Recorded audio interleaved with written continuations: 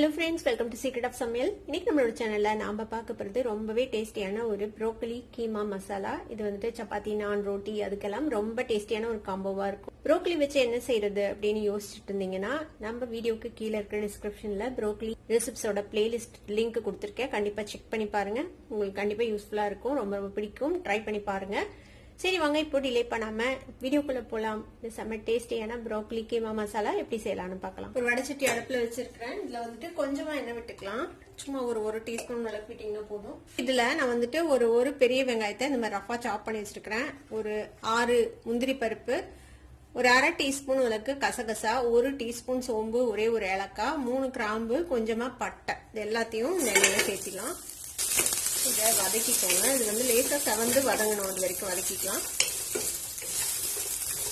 ஒரு லோ ஃப்ளேம்ல வச்சுட்டு ஒரு 2-3 நிமிஷம் நல்லா வதக்கிருக்கோம். பாத்தீங்கன்னா தெரியும், லேசா செவந்திருக்கு வெங்காயம். இந்த அளவுக்கு வதங்கினா போதும். இதை ஆஃப் பண்ணிடலாம்.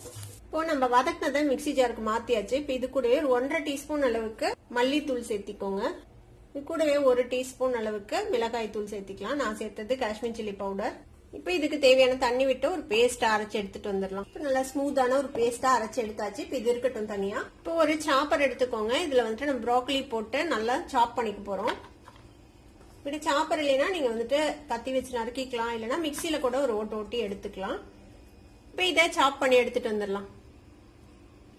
இப்போ பாத்தீங்கன்னா சாப் பண்ணியாச்சு. இந்த மாதிரி ஃபைனா சாப் பண்ணிக்கோங்க. ரொம்ப பொடி பொடியா இல்ல, கொஞ்சம் ஓரளவுக்கு அந்த இது மாதிரி இருக்கிற மாதிரி சாப் பண்ணிக்கோங்க. இது மாதிரி எல்லா ப்ரோக்கலியும் சாப் பண்ணி வச்சுக்கலாம். ப்ரோக்கலியும் இந்த மாதிரி ஃபைனா சாப் பண்ணி வச்சாச்சு. கூடவே நான் கொஞ்சமா பட்டாணி எடுத்து வச்சிருக்கேன். இது வந்து ஃப்ரெஷ் பச்சை பட்டாணி. நீங்க வந்து ஃப்ரோசன் பீஸ் இருந்தா அது கூட நீங்க யூஸ் பண்ணலாம். ஒரு ப்ரெஷர் குக்கர் அடுப்புல வச்சிருக்கேன். இதுல வந்துட்டு கொஞ்சமா எண்ணெய் விட்டுக்கோங்க.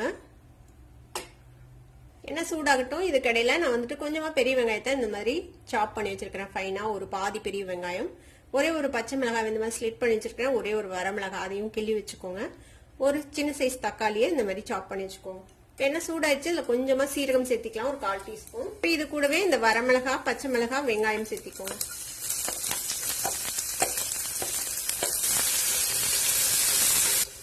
இப்போ பாத்தீங்கன்னா தெரியும், வெங்காயம் ஓரளவுக்கு செவந்து வதங்கிடுச்சு. இப்போ இது கூடவே 1 டீஸ்பூன் அளவுக்கு இஞ்சி பூண்டு விழுது சேர்த்திக்கலாம்.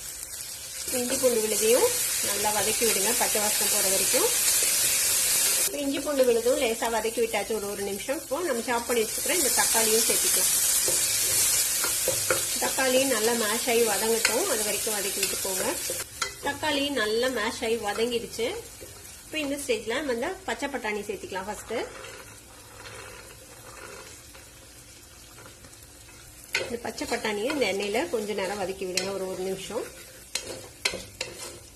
கூடவே கொஞ்சமா மஞ்சள் தூள் சேர்த்திக்கலாம், ஒரு 1/4 ஸ்பூன். பட்டாணியும் ஓரளவுக்கு நல்லா வதங்கிடுச்சு. இப்போ இந்த ஸ்டேஜ்ல நம்ம சாப் பண்ணி வச்சிருக்கிற இந்த ப்ரோக்கலியை வந்துட்டு உள்ளுக்குள்ள சேர்த்திடலாம்.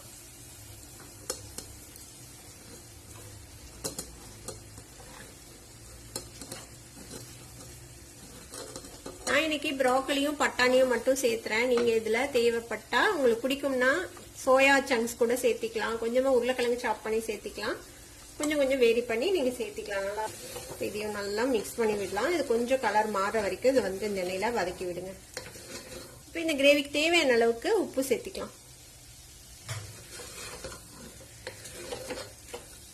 இப்போ இந்த ஸ்டேஜ்ல நம்ம அரைச்சு வச்சிருக்கிற அந்த விழுது எடுத்து சேர்த்திடலாம். இந்த விழுதை வந்துட்டு இதுல சேர்த்திடுங்க. இந்த மிக்சி ஜார்லயே கொஞ்சமா தண்ணி விட்டு அதையும் சேர்த்திக்கலாம். அதுல வந்து செமி கிரேவி டைப்ல தான் இருக்கும், அதனால ரொம்ப தண்ணி விடக்கூடாது. கரெக்டா தண்ணி விட்டு நம்ம வேக வைக்க போறோம். நல்லா மிக்ஸ் பண்ணி விடுங்க. நம்ம இஞ்சி பூண்டு பேஸ்ட் எல்லாம் போட்டு வதக்கணும்ல, கீழே வந்துட்டு பிடிச்சிருக்கும் லேசா. அது எல்லாத்தையும் நல்லா இந்த மாதிரி கலந்து விட்டு எடுத்து விட்டுருங்க. இன்னும் கொஞ்சோண்டு தண்ணி சேர்த்திக்கலாம். ரொம்ப கம்மியா தான் தண்ணி சேர்த்திருக்கிறேன். இப்போ நம்ம குக்கர் லிட்டை மூடி ஒரு 2 விசில் வேக விட போறோம். வேகட்டும். வெந்ததுக்கு அப்புறம் நம்ம ஓபன் பண்ணி எப்படி இருக்குதுன்னு. இப்போ ஒரு மீடியம் ஃப்ளேம்ல வச்சு நம்ம 2 விசில் விட்டு ஆஃப் பண்ணியாச்சு. இப்ப பிரஷர் அடங்கிடுச்சு. ஓபன் பண்ணி பார்க்கலாம். பாருங்க, நல்லா எண்ணெய் பிரிஞ்சிச்சு. ஒரு மிக்ஸ் கொடுத்துருங்க.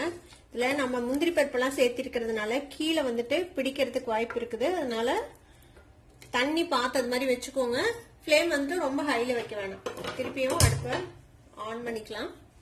கடைசியா ஒரே 1 டீஸ்பூன் அளவுக்கு நெய் விட்டுக்கோங்க. இது வந்து ஆப்ஷனல். உங்களுக்கு நெய்யோட ஃபிளேவர் பிடிக்கும்னா சேர்த்திக்கோங்க, ரொம்ப நல்லா இருக்கும் நெய் சேர்த்துனீங்கன்னா. கார்னிஷ்க்கு கொஞ்சமா கொத்தமல்லி தலை சேர்த்திடலாம் கடைசியா. அவ்வளவுதான். நல்ல ஒரு மிக்ஸ் விட்டு ஜஸ்ட் ஒரே ஒரு கொதி வந்த அப்புறம் ஆஃப் பண்ணிட வேண்டியதுதான். பாருங்க நம்ம விட்ட நெய் வந்துட்டு மேல நல்லா கசிஞ்சு வருது. அவ்வளவுதான், நம்மளோட ப்ரோக்கலி கீமா ரெடி ஆயிடுச்சு. நம்ம அடுப்பு ஆஃப் பண்ணிடலாம். அருமையான ஒரு ப்ரோக்கலி கீமா மசாலா இப்போ ரெடி ஆயிடுச்சு. இதை இந்த மாதிரி சப்பாத்தியோட நீங்க சர்வ் பண்ணலாம். ரோட்டி, நான் எல்லாத்துக்கூடயும் இது ரொம்பவே நல்லா இருக்கும். பிரெட் கூட வச்சு சாப்பிடலாம். ட்ரை பண்ணி பாருங்க. ட்ரை பண்ணி பார்த்துட்டு எப்படி இருந்தது அப்படின்னு கமெண்ட்ஸ்ல ஃபீட்பேக் கொடுங்க. இந்த வீடியோ உங்களுக்கு பிடிச்சிருந்தா சப்ஸ்கிரைப் பண்ணுங்க. பக்கத்துல இருக்கிற பெல் ஐகானை கிளிக் பண்ணுங்க. அப்பதான் ஃபியூச்சர் நோட்டிபிகேஷன்ஸ் உங்களுக்கு உடனே வந்து சேரும். லைக் பண்ணுங்க, ஷேர் பண்ணுங்க. தேங்க்யூ ஃபார் வாட்சிங் வீடியோ வியூவர்ஸ். Bye bye.